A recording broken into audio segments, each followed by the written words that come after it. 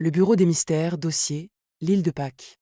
Il existe, perdu dans l'immensité du Pacifique Sud, un point minuscule sur les cartes modernes qui semble défier toute logique historique. Les marins l'ont longtemps approché avec prudence, comme si l'île elle-même observait en retour. Son nom, île de Pâques, Rapa Nui. À première vue, rien d'extraordinaire. Une terre isolée, volcanique, battue par les vents. Pourtant, dès que l'on pose le pied sur ses côtes, une sensation étrange s'impose, celle d'un monde figé, comme si le temps avait oublié de continuer sa course. Au cœur de cette île se dressent des silhouettes massives tournées vers l'intérieur des terres. Les célèbres Moai. Des centaines de statues de pierre, certaines dépassant les 10 mètres de hauteur, alignées avec une précision troublante. Le plus mystérieux n'est pas seulement leur présence, mais leur origine.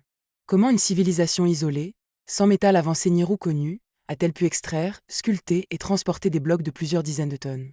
Les récits des premiers explorateurs parlent de méthodes perdues, de traîneaux de bois, de cordes, mais aussi de versions plus étranges, des pierres qui marchaient. Les habitants anciens de Rapa Nui racontaient que les statues étaient animées par le mana, une énergie invisible, une force spirituelle capable de déplacer la matière elle-même. Certains anciens récits évoquent même des nuits où les Moai changeaient de position, comme s'ils n'étaient jamais totalement inertes. Plus troublant encore, les statues ne regardent pas la mer, mais les villages. Comme si elles surveillaient, protégeaient ou jugeaient ceux qui les ont créés. Les chercheurs modernes ont proposé des explications rationnelles. Rampes, systèmes de cordes, équipes coordonnées. Mais aucune théorie ne fait l'unanimité. Chaque réponse semble ouvrir une nouvelle question. Puis il y a le silence. Un silence particulier sur cette île. Comme si les pierres elles-mêmes absorbaient les sons du vent et des vagues. Au centre du mystère, une interrogation demeure.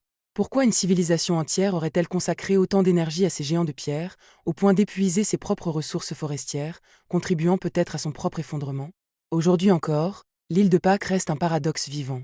Une civilisation disparue, des statues immobiles, et pourtant une impression persistante qu'elles ne sont pas totalement inertes. Dans les archives du Bureau des mystères, une note conclut simplement. Certaines civilisations n'ont pas disparu. Elles ont été remplacées par leur silence.